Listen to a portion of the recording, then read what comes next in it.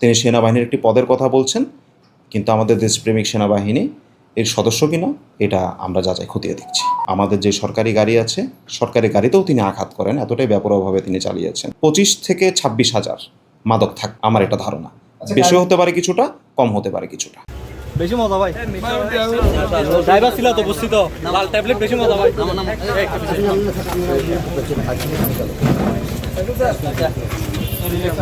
এই গাড়িটা দ্রুত বেগে সন্দেহজনক গতিবিধির মাধ্যমে সামনে এগিয়ে যাওয়ার চেষ্টা করলে আমরা গাড়িটিকে বাস টার্মিনালের সামনে থেকে, ওখানে কিছুটা জ্যাম ছিল, এই জ্যামের মধ্যে গাড়িটা স্লো করলে আমরা গাড়িটাকে আটক করি বলতে গাড়িটাকে থামানোর পরে আমরা তাকে জিজ্ঞেস করি যে আপনার নাম, ঠিকানা, এই সমস্ত, যে এইভাবে গাড়ি চালাচ্ছে, মানে অর্থাৎ তার পরিচয়টা আমরা নিশ্চিত হওয়ার চেষ্টা করি। কথার এক পর্যায়ে তিনি হঠাৎ করে গাড়িটা দ্রুত বেগে, খুব দ্রুত এক্সিলারেটরের চাপ দিয়ে সামনের দিকে ব্যাপকভাবে এগিয়ে যাওয়ার মুহূর্তে আমাদের পুলিশ সদস্য, আমাদের পুলিশ সদস্যরা গাড়ির সাথে একটু ঘষাও লাগে এবং আমাদের যে সরকারি গাড়ি আছে, সরকারি গাড়িতেও তিনি আঘাত করেন, এতটাই ব্যাপকভাবে তিনি চালিয়েছেন।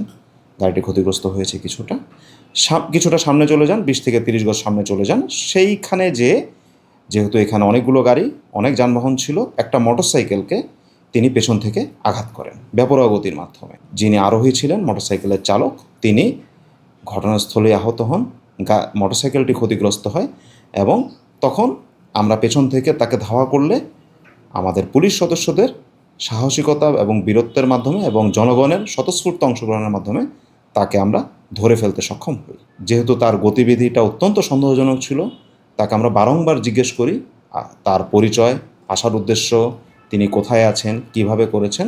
তো তার কথাবার্তা আমাদের কাছে খুবই সন্দেহজনক। এক এক কথা বলার কারণে সন্দেহ হয়, বারংবার তাকে আমরা বিভিন্ন অ্যাঙ্গেল থেকে জিজ্ঞেস করি, সন্দেহ হয়।